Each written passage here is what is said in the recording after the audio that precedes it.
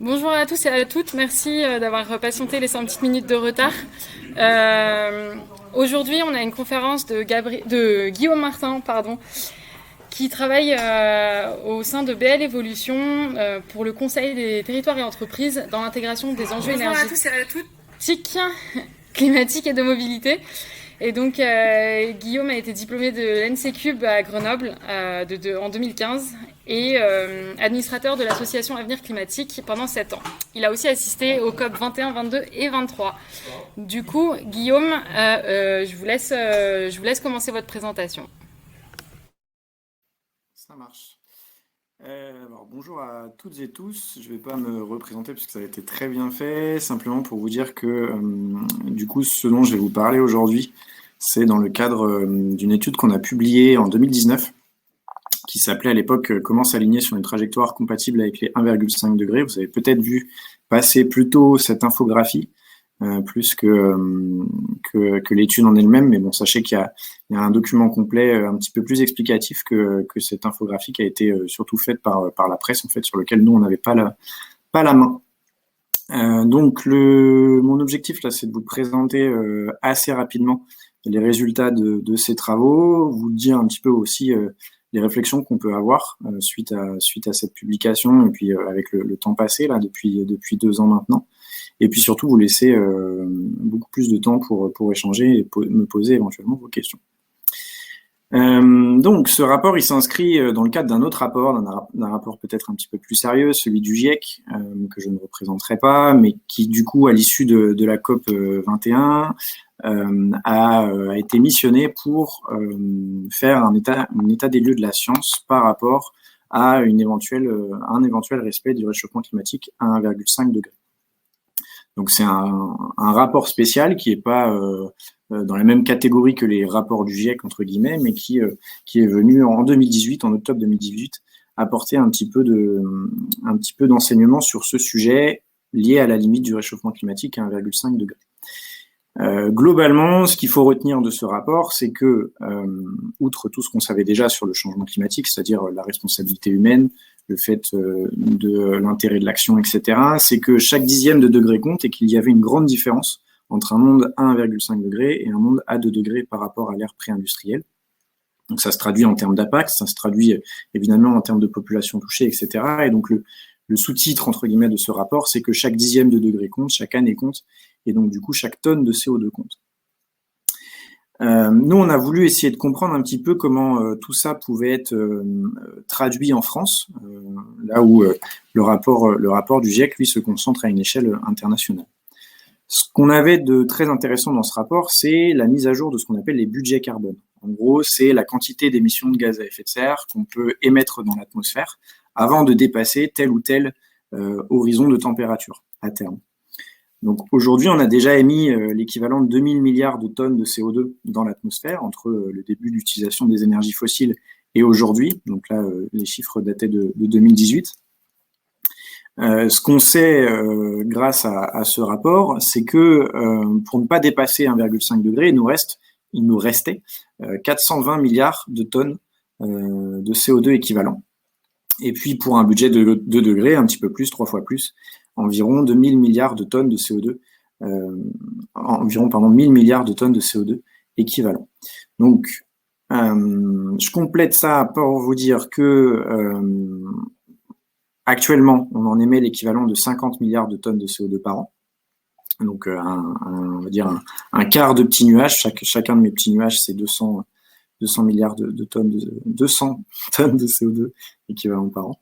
Ce qui fait que en 2008, on pouvait dire qu'il nous restait à peu près 8 ans d'émissions constantes avant de dépasser notre budget carbone en 1,5 degré et un petit peu plus de 20 ans avant de dépasser un budget de 2 degrés. Donc ça, c'était, on va dire, un résumé très rapide de la publication du GIEC avec en tout cas ce dont on en a retiré pour la publication dont je vais vous parler. Maintenant, le but du jeu, c'était pour nous de traduire ce budget carbone dans une trajectoire à l'échelle de la France, donc avec plusieurs problématiques. La première étant de se dire comment est-ce qu'on répartit l'ensemble de ce budget carbone parmi l'ensemble des pays de la planète. Parce qu'il faut bien se partager, entre guillemets, ce budget. Donc, on a un budget carbone initial, donc 420 à 580 milliards de tonnes de CO2 équivalent, et puis on essaye de le répartir. Là, en fait, il y a un point assez crucial à comprendre, c'est qu'il y a un choix politique dans la manière dont on va répartir ces émissions. Vous pouvez considérer, par exemple, que vous pouvez les répartir à hauteur de ce qui est en ce moment émis par les pays. Donc, vous donnez plus de budget aux pays développés, un petit peu moins aux pays en voie de développement. Il y a plusieurs méthodes pour faire ça.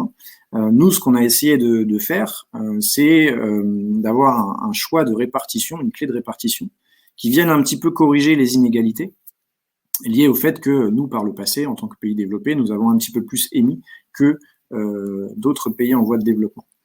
Donc, en gros, ce qu'on a fait, c'est qu'on a pris les accords de Paris, l'équivalent de la contribution de l'ensemble des États à l'accord de Paris, et puis on a dit, on renforce proportionnellement cet accord pour atteindre notre budget. C'est-à-dire que les États qui s'étaient beaucoup engagés s'engagent un petit peu plus, les États qui se sont moins engagés s'engagent un petit peu moins.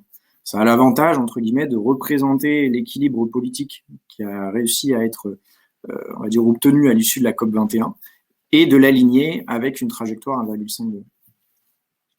Bon, je fais très simple, mais dans l'idée, c'est comme ça que ça marche.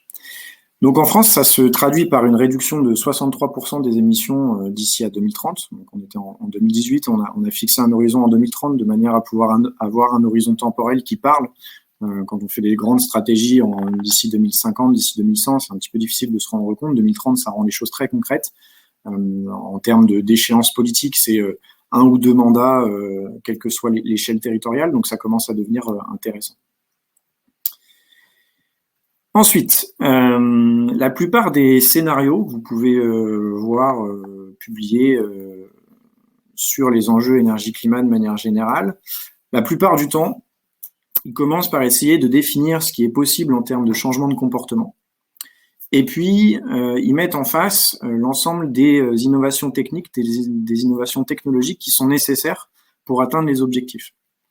Nous, on avait voulu faire un petit peu la même chose, mais dans le sens inverse. C'est-à-dire d'abord regarder l'ensemble des marges de manœuvre qu'on pouvait avoir d'un point de vue décarbonation, d'un point de vue efficacité énergétique, d'un point de vue innovation technologique, mais sans faire de grands paris sur, par exemple, le déploiement massif d'un avion à hydrogène dans les 10 prochaines années.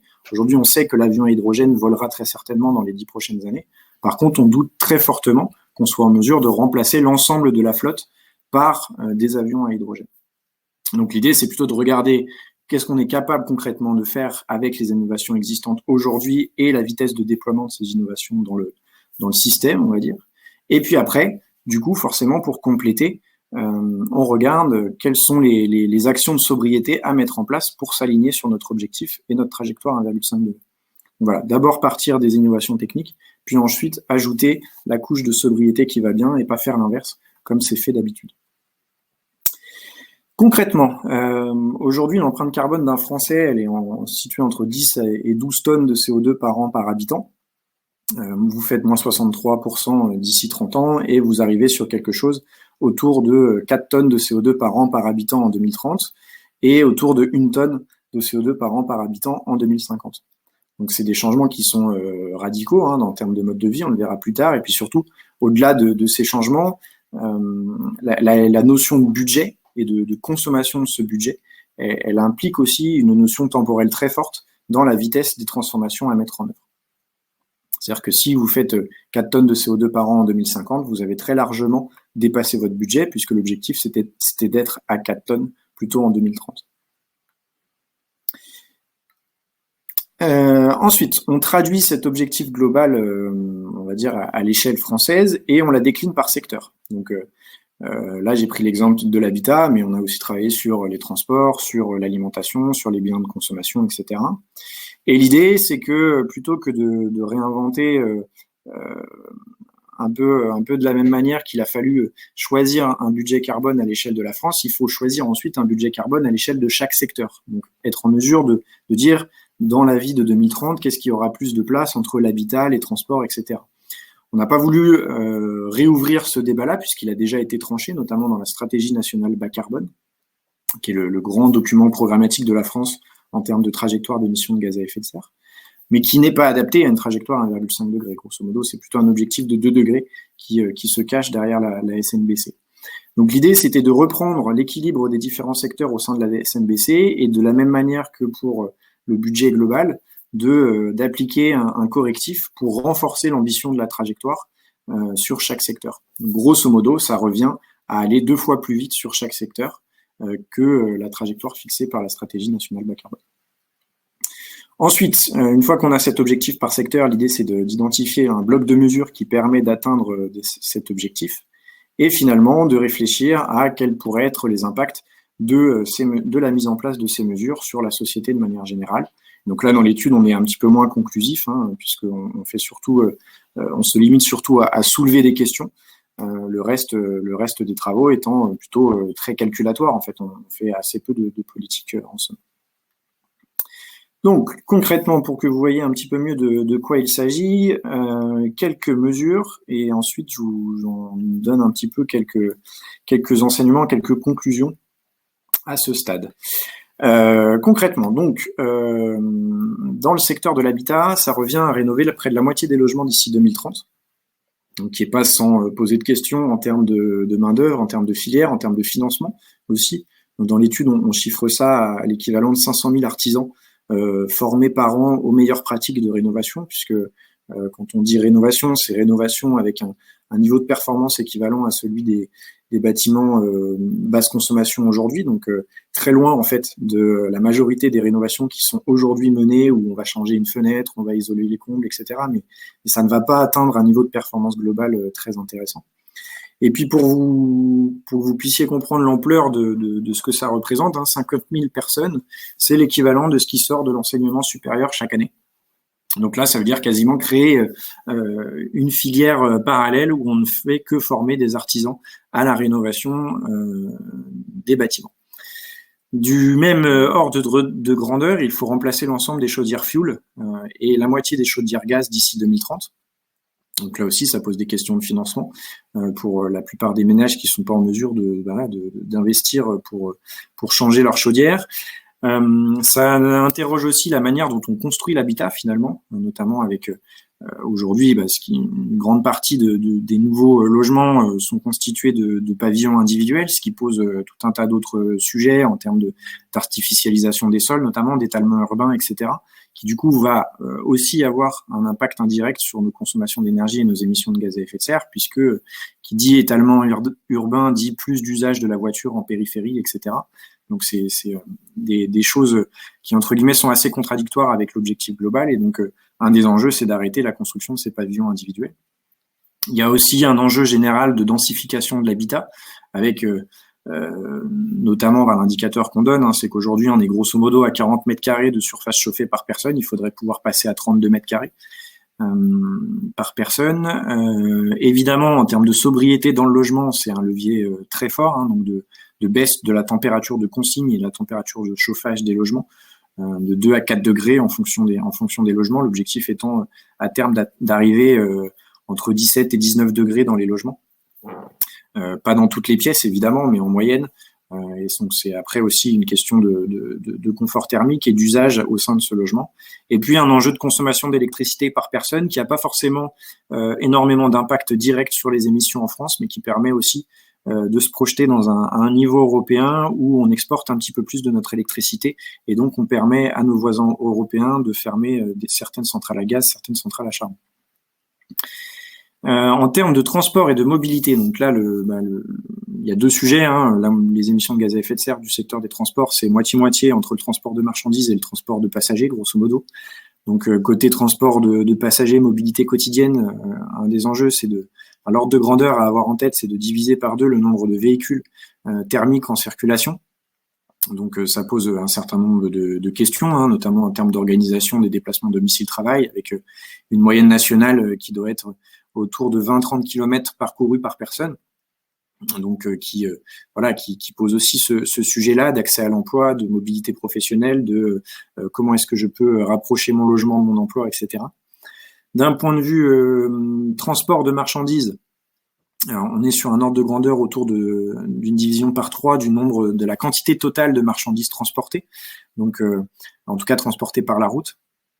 avec des reports possibles vers le fluvial, vers le fret ferroviaire, qui aujourd'hui sont un petit peu en perte de vitesse malgré tous les bénéfices qu'ils pourraient présenter. Et puis un autre sujet autour du transport aérien globalement, où une trajectoire 1,5 degré pour la France signifie peu ou prou la fin des liaisons aériennes intérieures.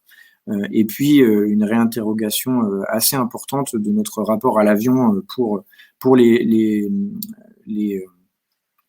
déplacements long courriers, où globalement l'ordre de grandeur à avoir en tête, c'est un déplacement long courrier tous les 5 ans par personne maximum, si on veut respecter ces budgets, encore une fois, dans les meilleurs scénarios possibles de mise en place de tout ce qu'on peut imaginer en termes d'innovation technique dans chaque secteur. Voilà là-dessus. Sur la consommation, donc là, l'objectif général, enfin le levier général, c'est de faire vivre plus longtemps nos objets. Donc ça se traduit de manière différente en fonction des objets et des thématiques. Sur tout ce qui est informatique, digital, numérique, l'augmentation de la durée de vie des terminaux, elle vient un petit peu se confronter à la réalité économique de ce secteur, où on a peut-être pas une obsolescence programmée, mais en tout cas quelque chose autour du modèle économique et du marketing qui fait qu'on renouvelle très régulièrement nos appareils, alors que les ordres de grandeur que je peux vous donner par rapport à ces trajectoires, c'est un smartphone tous les 4 ans, un ordinateur tous les 8 ans et un écran tous les 12 ans. Donc, qui sont très très loin des durées de vie moyennes observées aujourd'hui, et qui posent aussi plein de questions en termes de développement de nouvelles activités économiques, de réparation, d'entretien, etc. évidemment. Même chose sur les autres biens de la vie quotidienne, hein. Donc là, j'ai pris l'exemple des vêtements, où en moyenne, on est à près de 20 kilos de vêtements achetés par personne et par an. En France, il faudrait qu'on puisse diviser ce chiffre très largement, et on a très largement suffisamment de vêtements dans nos placards pour arrêter d'en acheter pour un paquet d'années. Donc là, c'est plus un enjeu en termes de filière, d'échange, d'entretien, de réparation, où voilà, on a un certain nombre de savoir-faire qui paraissent intéressants, mais qui sont aujourd'hui très largement sous-exploités. Et enfin, sur ces aspects consommation, un dernier sujet, et pas des moindres, c'est la question des émissions de gaz à effet de serre liées à l'agriculture. Et donc, il y a pas mal de bouts par lesquels on peut prendre ce sujet, hein. Là, je parlerai exclusivement de l'élevage, mais on pourrait parler aussi des cultures, de la reconstitution, de la capacité de séquestration des sols, etc. Donc ça, c'est des choses sur lesquelles on avance quelques pistes dans l'étude. Mais en gros, un des gros leviers, c'est aussi la division, la baisse de la consommation de viande et de produits laitiers, avec comme ordre de grandeur à avoir en tête une division par 3 de cette consommation par rapport à ce qui peut exister aujourd'hui. Et ça, évidemment, ça pose tout un tas de questions, hein, en termes de savoir-faire, de maintien d'un tissu agricole qui aujourd'hui est entre guillemets ce qui fait le lien dans la plupart des campagnes françaises, et qui apporte aussi plein de co-bénéfices qui sont souvent sous-estimés. Je pense au paysage, l'entretien des prairies, etc., la séquestration carbone dans les sols des cultures, dans les prairies, etc. Une fois qu'on a fait tout ça, une fois qu'on a sommé l'ensemble de ces leviers d'action, hein, et de leurs impacts, puisque derrière chaque action, l'idée c'est de pouvoir chiffrer en émissions de gaz à effet de serre, sommer l'ensemble de ces émissions entre 2018 et 2030, et voir à quel point ça consomme notre budget carbone. En fait, on s'aperçoit qu'il reste un gros sujet à traiter, qui est la question des services, et plus particulièrement des services publics. Là, j'ai mis quelques chiffres, hein, dans la diapo. On a l'ensemble des biens et services, c'est 225 millions de tonnes de CO2 par an en France, dont 75 millions de tonnes de CO2 uniquement pour les services publics. Et en 2030, avec notre trajectoire, on a un budget d'environ 60 millions de tonnes de CO2 équivalent. Donc en fait, on ne peut pas faire rentrer les services publics existants dans le budget carbone alloué à l'ensemble des services publics et services privés. Donc, dans l'étude, on s'arrête un petit peu là en termes de réflexion, parce que c'est très difficile d'avoir des données sur concrètement au sein de ce secteur comment sont réparties les émissions. Mais grosso modo, ça veut quand même dire qu'il va falloir faire des choix, hein, si on veut s'aligner sur ce genre de trajectoire, et que en fonction des secteurs, ça pose un certain nombre de questions presque éthiques, hein, sur est-ce que par exemple on peut soigner tout le monde dans une trajectoire 1,5 degré, est-ce qu'on peut éduquer tout le monde pendant 10 ans dans une trajectoire 1,5 degré, etc. Tout ça, c'est des sujets qui n'ont pas été traités, en tout cas n'ont pas été tranchés dans l'étude. On a simplement mis en avant qu'on avait peut-être un sujet à anticiper et des débats à lancer parce que ça allait assez rapidement venir sur la table en termes de discussion. Donc voilà pour la présentation générale de l'étude, simplement pour vous donner quelques éléments de conclusion. Déjà, le premier élément, c'est que l'ensemble de ces changements, ils paraissent absolument radicaux, absolument d'un autre ordre de grandeur de ce qu'on peut observer au quotidien au sein de la société française. Et en tant qu'individu, quand on essaye de les intégrer à sa propre échelle, en fait, on est un peu soumis à un parcours du combattant, puisque ça devient très difficile de vivre avec 2 tonnes de CO2 par an par habitant dans une société qui n'est pas organisée autour de ça. Vous avez tout un tas par exemple, d'injonctions culturelles à faire tout un tas d'activités qui vont émettre des gaz à effet de serre. Et ça va pas forcément vous aider, vous, à faire vos propres changements perso. Et puis, au-delà de ça, il y a des changements structurels. Par exemple, pour prendre l'exemple de la mobilité, on sait qu'une majeure partie des Français sont aujourd'hui plutôt volontaires à l'idée d'utiliser le vélo pour se déplacer au quotidien. Pour autant, on n'a pas d'infrastructure cyclable sécurisée sur l'ensemble du territoire. Même sur quasiment aucun territoire aujourd'hui, c'est très sympa de faire du vélo sans risquer sa vie. Et donc finalement, en tant qu'individu, on n'a pas forcément la main et on n'a pas forcément les leviers sur ça pour transformer la société et pour rendre possible et souhaitable un certain nombre de transformations qui nous permettraient de faire baisser nos émissions de gaz à effet de serre. Tout ça ça met aussi en avant qu'aujourd'hui les petits pas suffisent pas, que les politiques actuelles sont pas forcément à la hauteur des enjeux, hein, et que aujourd'hui, si on envisage de se fixer un objectif 1,5 degré, ça veut dire envisager un changement global de système à toutes les échelles. Je parlais de l'échelle individuelle, mais aussi à l'échelle de l'État, à l'échelle des collectivités locales qui sont assises sur un certain nombre de leviers. On considère grosso modo que la moitié des émissions de gaz à effet de serre sont pilotées de près ou de loin par des collectivités locales, par des mairies, par des communautés de communes, par des départements, etc. Et puis évidemment, j'en ai pas beaucoup parlé là-dedans, mais l'ensemble de ces transformations, elles impliquent aussi des transformations fortes au sein des entreprises. L'idée est pas de faire le procès du citoyen, mais de bien montrer que quand un citoyen décide de plus utiliser sa voiture, quand on parle de diviser par 2 le nombre de véhicules en circulation en France, bien évidemment que ça implique des transformations radicales au sein de notre tissu industriel et au sein des différentes entreprises qui, avant, fournissaient l'ensemble des biens et services de la société.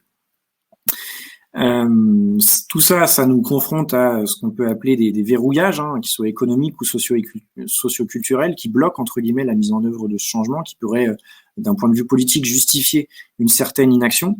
Ce qui pourrait aussi justifier une certaine inaction, c'est que la France ne représente que 2% des émissions de gaz à effet de serre. Donc si la France met en œuvre l'ensemble des mesures que je vous ai présentées, on aura répondu qu'à 2% du problème. Alors, c'est un argument qui vaut ce qu'il vaut, hein, mais c'est aussi à prendre en compte dans la manière dont politiquement ces sujets sont portés aujourd'hui. Il y a un enjeu plus global de diffusion de cette trajectoire à l'échelle internationale, à l'échelle de l'Europe pour commencer, et puis ensuite à l'échelle internationale pour que les choses aillent dans le bon sens. Et puis bon, la conclusion peut être un petit peu pessimiste, c'est que très globalement, très certainement qu'on n'arrivera pas à mettre en œuvre tout ça suffisamment vite. Et donc un autre enjeu dont je n'ai pas parlé dans cette présentation, c'est évidemment la question de l'adaptation au changement climatique et à ses impacts. On voit très bien là dans l'actualité récente, et c'est pour ça que j'avais utilisé cette image de couverture avec la période de gel dont qu'on vient de subir. Il y a tout un tas de choses qui sont aussi à anticiper, puisqu'a priori, d'un point de vue des effets du changement climatique, les choses ne vont pas s'améliorer. Et enfin, le dernier message de conclusion, peut-être pour ouvrir sur les discussions, c'est que l'ensemble des choses que je viens de vous présenter étaient valables en 2018. Donc aujourd'hui, 2-3 ans plus tard, on peut pas dire que les choses sont allées vraiment à la bonne vitesse. Alors avec le Covid, on a gagné une année. On a une espèce d'année blanche dans les émissions. En tout cas, au travers de cette année, on a eu une trajectoire qui correspond à peu près à la baisse des émissions de gaz à effet de serre nécessaires pour s'aligner sur une trajectoire 1,5 ou 2 degrés. Pour autant, si dans 4-5 ans, la trajectoire n'a pas été très largement infléchie et on n'est pas allé beaucoup plus vite, en fait, je pourrais vous faire exactement la même présentation et juste simplement changer le titre de la présentation et dire comment la France peut s'aligner sur une trajectoire 2 degrés. C'est-à-dire que tout effet de prise de retard implique un potentiel rattrapage plus tard ou une revue à la baisse, évidemment, de l'objectif. Voilà ce que je peux vous dire en conclusion. 2 petits outils qui me paraissent sympas pour se faire sa propre idée par rapport à ça. Un outil à l'échelle individuelle de calcul des émissions de gaz à effet de serre de sa propre empreinte carbone, où en quelques minutes, vous pouvez simuler votre empreinte carbone et voir comment vous vous fixez par rapport à cet objectif de 4 tonnes de CO2 par an en 2030. Et puis, à l'échelle nationale, un autre outil que je vous partage, qu'on a développé avec des amis et des copains développeurs bénévoles, entièrement en open source, que ce soit sur le site web ou sur le modèle de calcul qu'il y a derrière, et qui permet grosso modo de faire vos propres choix, de bouger vous-même les curseurs, voir si vous avez plus envie d'agir sur l'habitat que, par exemple, sur la consommation de viande, de regarder au sein de chacun de ces secteurs, est-ce que c'est plutôt la rénovation, est-ce que c'est la baisse des températures de consigne. Voilà, vous bougez vous-même les curseurs et vous voyez en direct la trajectoire d'émissions de gaz à effet de serre et donc du coup la trajectoire de température sur laquelle vous êtes aligné avec vos mesures. Voilà sur ce que j'avais à vous dire et je peux prendre des questions. Merci pour votre présentation. On va commencer avec les questions. Alors la première, en pratique, quels acteurs faut-il mobiliser pour réussir à engendrer les changements qui nous permettront de suivre cette trajectoire ? Tous. Ce que je peux vous dire, oui, c'est qu'il n'y a aucune échelle où l'action n'est pas nécessaire. Donc après, le message que je porte souvent, c'est plutôt de s'interroger sur, d'un point de vue individuel, d'un point de vue de sa situation à soi, où est-ce qu'on a envie d'agir. Personnellement, c'est d'abord passer par un changement de mode de vie personnel pour adapter, entre guillemets, mes actes et mes pensées. Ensuite, très vite, on se rend compte que, comme je le disais, il y a des limites à l'action individuelle et qu'une certaine forme d'action collective est nécessaire. Après, au sein de cette action collective, il y a des gens qui vont s'épanouir en transformant leur entreprise, d'autres qui vont militer, faire des actions de désobéissance civile, d'autres qui vont s'engager en politique. Certains vont essayer d'accompagner leur territoire, d'accompagner leurs élus locaux, etc. Pour moi, toutes ces actions, elles sont nécessaires. Ce qui est important, c'est d'avoir en tête l'ordre de grandeur de l'action à mener pour pas, entre guillemets, tomber dans une forme soit d'autocritique, soit pas d'autocritique, mais d'autocensure par rapport aux actions à mener ou de facilité, parce que évidemment, garder une certaine forme de motivation et de courage par rapport à l'ampleur des transformations à mettre en œuvre, c'est pas forcément évident au quotidien, en continu, etc.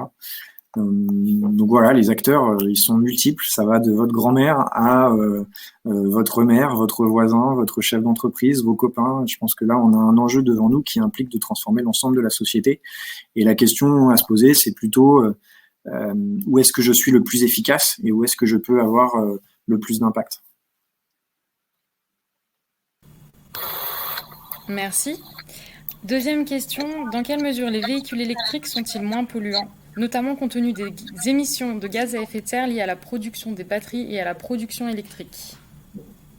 Là, je vous renvoie vers les notes de l'ADEME là-dessus. Alors, en gros, le véhicule électrique, il est très intéressant pour décarboner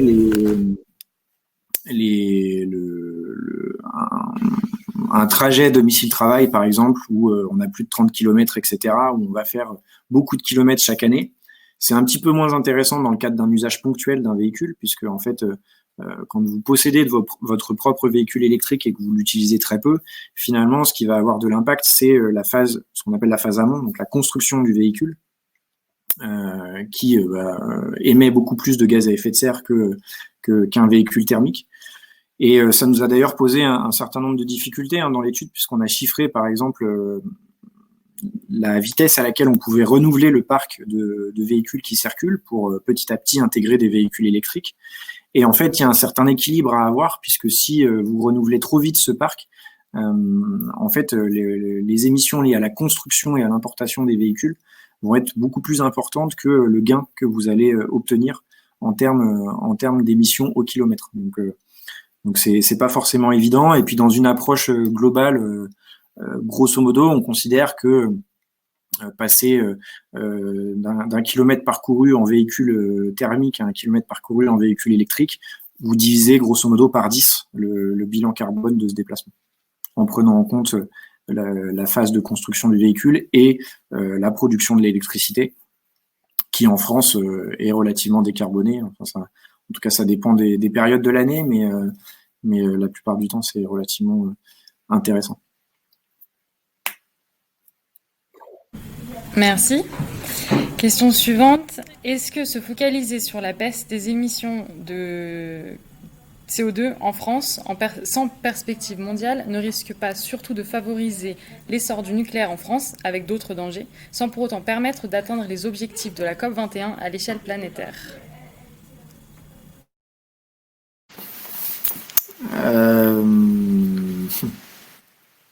Bon, déjà, le sujet du nucléaire, il n'est pas évident à traiter dans l'échelle de temps sur laquelle on se place. Grosso modo, aujourd'hui, on a un parc nucléaire qui fonctionne. Je pense que c'est intéressant de faire en sorte qu'on puisse l'utiliser au maximum de ses capacités. Après, moi, je suis pas membre de l'autorité de sûreté nucléaire, donc c'est pas à moi de donner un avis sur la durée de vie du parc et le taux de renouvellement ou de démantèlement des centrales pour assurer un niveau de sécurité suffisant. Après, c'est une question de priorité. La notion de gestion du risque, notamment de perception du risque nucléaire, elle est pas calculatoire, contrairement aux émissions de gaz à effet de serre et à ce dont je vais vous parler. Chacun a sa perception du risque de manière personnelle, et elle varie aussi évidemment de la distance à laquelle on se trouve d'une centrale nucléaire, peut-être. J'ai pas le sentiment que aujourd'hui en France, enfin en tout cas, je pense qu'on a suffisamment de sujets à traiter avant de traiter le sujet du mix électrique. On a d'ailleurs cette erreur un peu en France, dès qu'on ouvre un débat sur l'écologie, de virer sur la pente glissante du nucléaire, alors que finalement l'électricité c'est 20-30% de nos consommations d'énergie. Donc ça devrait être 20-30% des débats politiques sur le sujet. C'est beaucoup plus. Il y a une surreprésentation de ce sujet-là dans les débats. Et en fait, ça participe à alimenter la vision d'une France décarbonée, alors qu'en soi, 60-70% des consommations d'énergie en France sont d'origine fossile, donc émettrices de gaz à effet de serre. Donc pour moi, le nucléaire, en fait, dans l'étude, si ça vous intéresse, pour regarder comment on le traite, mais on le met un petit peu à part pour se concentrer justement sur tous les autres secteurs où il y a du boulot et où on n'a pas la prétention d'avoir déjà trouvé les solutions.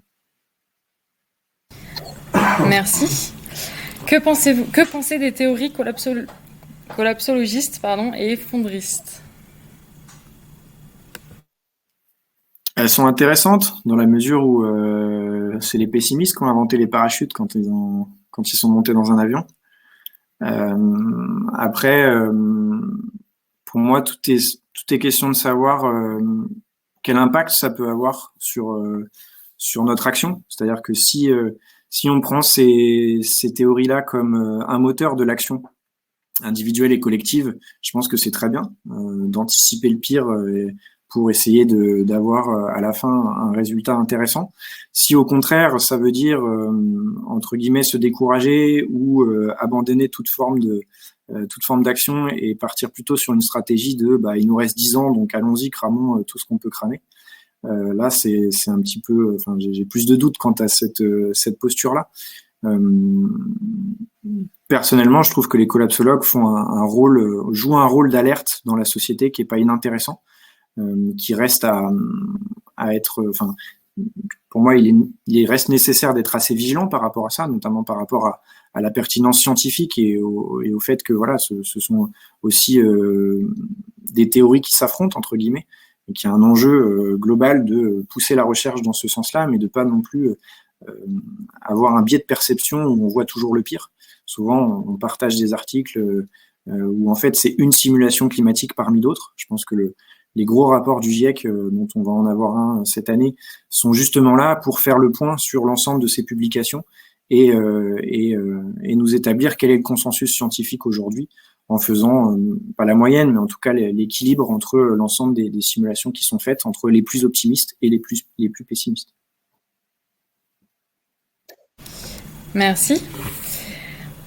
On a ensuite une question. Vous avez l'air assez critique de ce que vous présentez comme la méthode usuelle. D'abord s'intéresser à la sobriété, puis à l'efficacité. Pourquoi ? Nota bene, malheureusement, je ne crois pas qu'il soit usuel de donner une grande place à la sobriété.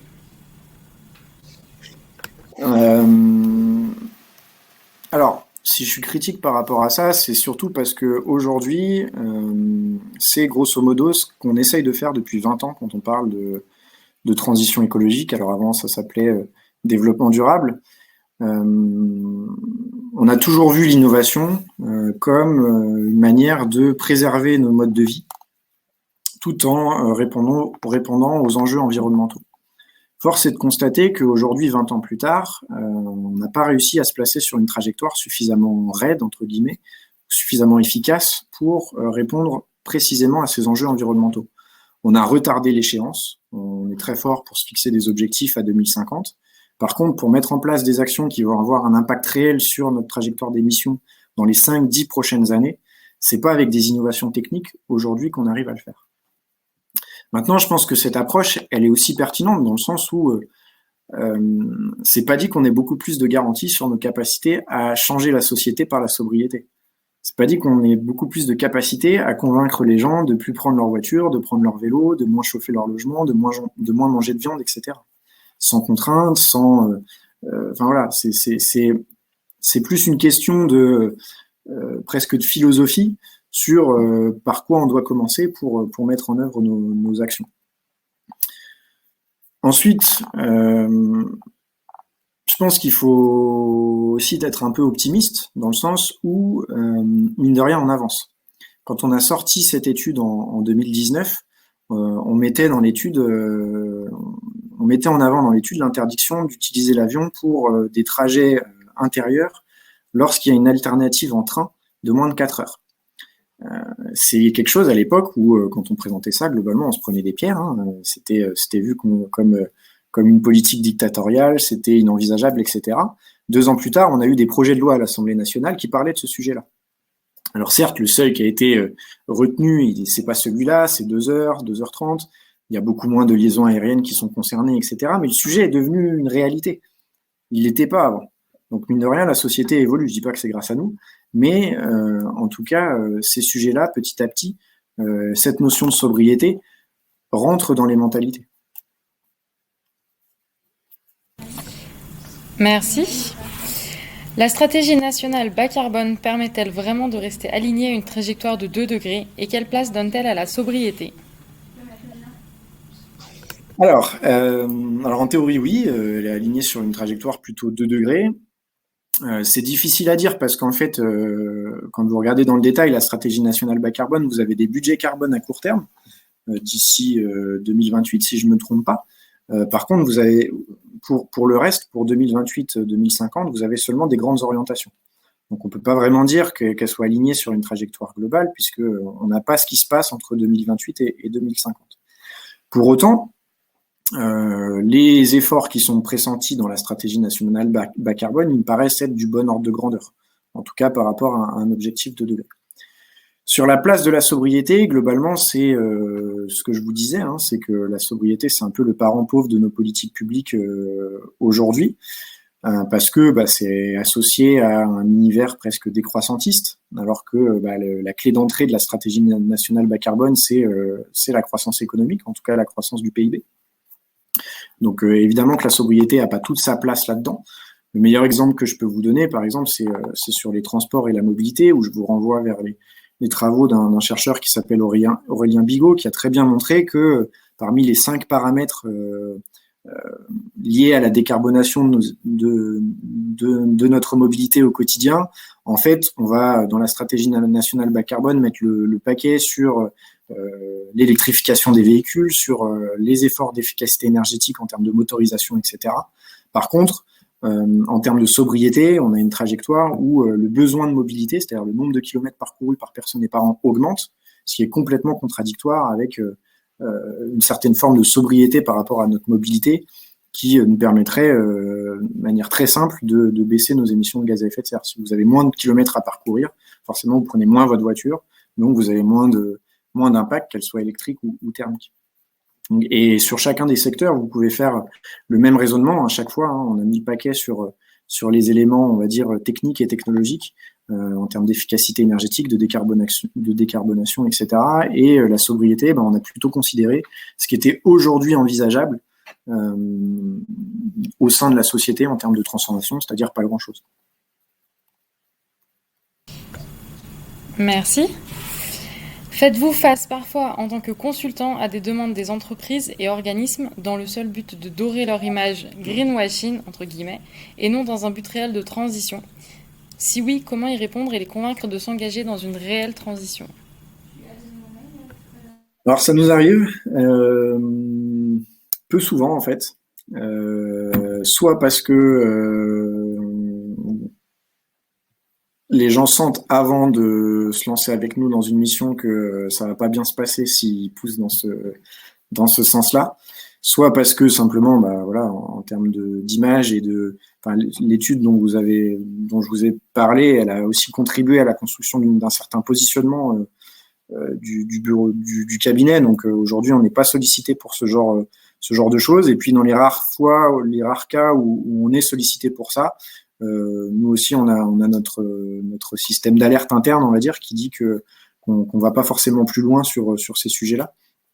Après, c'est toujours difficile parce que on est convaincu que on doit pas être là uniquement pour accompagner ceux qui veulent vraiment faire. On doit aussi être là pour secouer les cocotiers et faire en sorte que ceux qui ne veulent pas le faire se réveillent un petit peu. Donc des fois, c'est plus douloureux en termes là, c'est plus le consultant, c'est-à-dire l'émotion, le sentiment, la sensibilité du consultant qui en prend un coup, parce que forcément, quand on travaille sur une mission, on sent que le client, que ce soit un territoire ou une entreprise, puisque vous parlez des entreprises, mais des élus locaux qui veulent faire semblant, il y en a aussi. Là, forcément, quand on est sur une mission comme ça, c'est moins marrant. Mais on est convaincu que on arrivera à nos fins, entre guillemets, ou en tout cas à faire évoluer la société que si on fait avec tout le monde. Et donc, il y a un enjeu aussi d'aller prendre les mauvais élèves et de les réveiller un petit peu. Et ça marche? Plus ou moins, en fonction des cas. Non, c'est difficile. En fait, l'accompagnement au changement et la transition, c'est quelque chose qui est assez diffus en termes de perception. Il y a des missions où, évidemment, on se rend compte, avant, après notre accompagnement, il y a des progrès incroyables qui ont été mis en œuvre. En ce moment, je travaille beaucoup sur les enjeux de mobilité, notamment le développement des pratiques vélo sur les territoires. C'est un sujet sur lequel on a fait des progrès incroyables, là, dans les 2 dernières années. Et je pense que d'ici 10 ans, on aura un territoire français entièrement cyclable parce que l'ensemble des acteurs vont s'en emparer, on va construire des pistes cyclables partout, etc. Par contre, ça ne sera pas du fait de BL Évolution. C'est une évolution de manière générale de la société dans laquelle nous, on est arrivé peut-être au bon moment. On a rencontré les bons acteurs, on a travaillé sur les bons territoires, etc. Mais c'est quelque chose qui nous dépasse très largement. Et inversement, quand on est sur un territoire où c'est plus difficile ou auprès d'une entreprise où il y a beaucoup plus de contraintes, c'est pas uniquement de notre faute si l'entreprise ou si le territoire se met pas en branle. Donc ça, c'est à la longue, c'est quelque chose qu'on intègre aussi nous dans notre positionnement et dans la manière dont on relativise par rapport à nos actions, parce qu'on est quand même des gens qui sont globalement motivés par leur travail. Mais sur certains matins, c'est pas forcément évident de se lever quand on sait qu'on va aller à une réunion où globalement les gens sont pas motivés. Mais on a aussi de bonnes surprises. On a des territoires, en ce qui nous concerne, des territoires où au lancement de la mission, ça se passe très mal et à la fin, ils nous remercient. Et derrière, ce sont les habitants qui nous remercient puisque leur territoire se transforme. Mais ça serait très très compliqué de tirer un bilan de tout ça et d'identifier quels sont les facteurs clés, qu'est-ce qui explique les raisons de succès ou d'échec. Ok. Question suivante. Vous illustrez très bien ce que l'on doit faire pour y arriver. La trajectoire 1.5. Quelle est votre explication de notre immobilisme? Concrètement, on ne fait rien qui s'approche de ce qu'il faut faire. Il y en a plein des explications. La première, je pense, c'est essentiellement une contrainte économique. Aujourd'hui, on le voit bien dans la crise qu'on traverse. Et je pense qu'on n'est pas encore en mesure de bien comprendre comment est-ce qu'on va se relever de cette crise sanitaire. Mais grosso modo, ce qui pilote la société aujourd'hui, c'est la création de valeur économique, notamment parce que voilà, c'est ce qui paye aussi les salaires des gens, c'est ce qui nous permet de manger au quotidien. Et donc, changer la société dans des proportions telles que celles que je vous ai décrites, ça implique de revoir l'entièreté de nos modèles économiques, l'entièreté de nos modèles d'organisation. Je pense que on a tous autour de nous des exemples où dès qu'il faut changer quelque chose dans notre vie quotidienne, c'est une galère incroyable. Quand on a ces petites habitudes, quand on a, je sais pas, l'habitude de manger à tel ou tel endroit ou de se déplacer de telle ou telle façon, changer ce mode de vie, c'est quelque chose qui coûte, entre guillemets, puisque psychologiquement, on est dans une forme de confort à toujours appliquer les mêmes mécanismes, etc. Ça, c'est à l'échelle d'un individu. Quand on raisonne à l'échelle d'une entreprise, d'une organisation, d'un territoire, d'un État, d'une planète, c'est encore pire, puisque vous devez faire la somme de l'ensemble de ces petits changements individuels et pouvoir les anticiper, pouvoir faire en sorte que personne ne soit sur le carreau, etc. Donc tout ça, c'est des choses qui dépassent très largement mon métier, moi, d'ingénieur, en fait, finalement, où là, enfin, plus que mon métier, ma formation initiale, qui était une formation d'ingénieur, où finalement le travail d'ingénieur, c'est le travail que je vous ai présenté dans l'étude, c'est un travail qui est calculatoire. Mon métier de consultant, en fait, il va bien au-delà, il va sur des thématiques de transformation de la société. Et donc, c'est faire de la psychologie, c'est faire de l'accompagnement au changement, de la communication, etc. Merci. Les études s'accumulent sur le sujet du découplage croissance économique émissions gaz à effet de serre, contredisant bien souvent la possibilité d'une croissance verte, entre guillemets. La SNBC serait-elle dépassée à ce niveau-là, s'inscrivant dans le cadre d'une loi justement basée sur la croissance verte? Oui, la SNBC a comme clé d'entrée la croissance verte, comme l'ensemble des politiques publiques françaises, voire internationales. Ok. Du coup, question suivante. S'atteler au biais cognitif n'est-il pas le préalable de ce genre d'études? Alors, le préalable ou l'étape d'après, j'en sais rien, mais effectivement, c'est un travail qui serait très complémentaire. Là-dessus, je vous renvoie vers le programme ACT, qui est piloté par un ami qui s'appelle Thibaut Gressinger, qui travaille sur ces sujets-là. Donc, comment est-ce que, notamment, toute la connaissance de psychologie sociale peut irriguer les enjeux de transition aujourd'hui. C'est pas un sujet sur lequel nous, on a une expertise en tant que bureau d'études.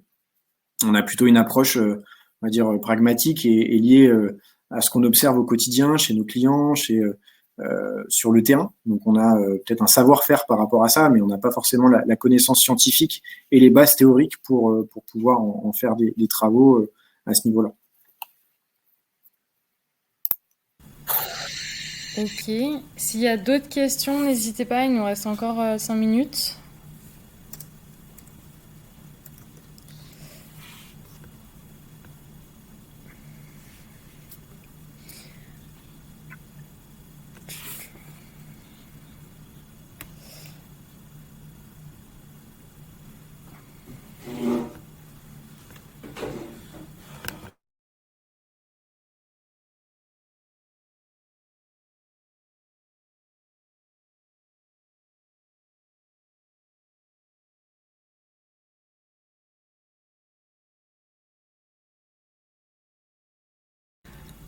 Ok, donc il n'y a pas l'air d'avoir de nouvelles questions. Merci, c'était très clair. Bonne journée, merci encore d'avoir participé. Merci aux participants d'avoir été là et d'avoir posé des questions. Bonne journée, n'hésitez pas à aller voir d'autres conférences ou à visiter le monde virtuel de la COP2 où il y a plein d'ateliers. Et à bientôt! À bientôt, merci.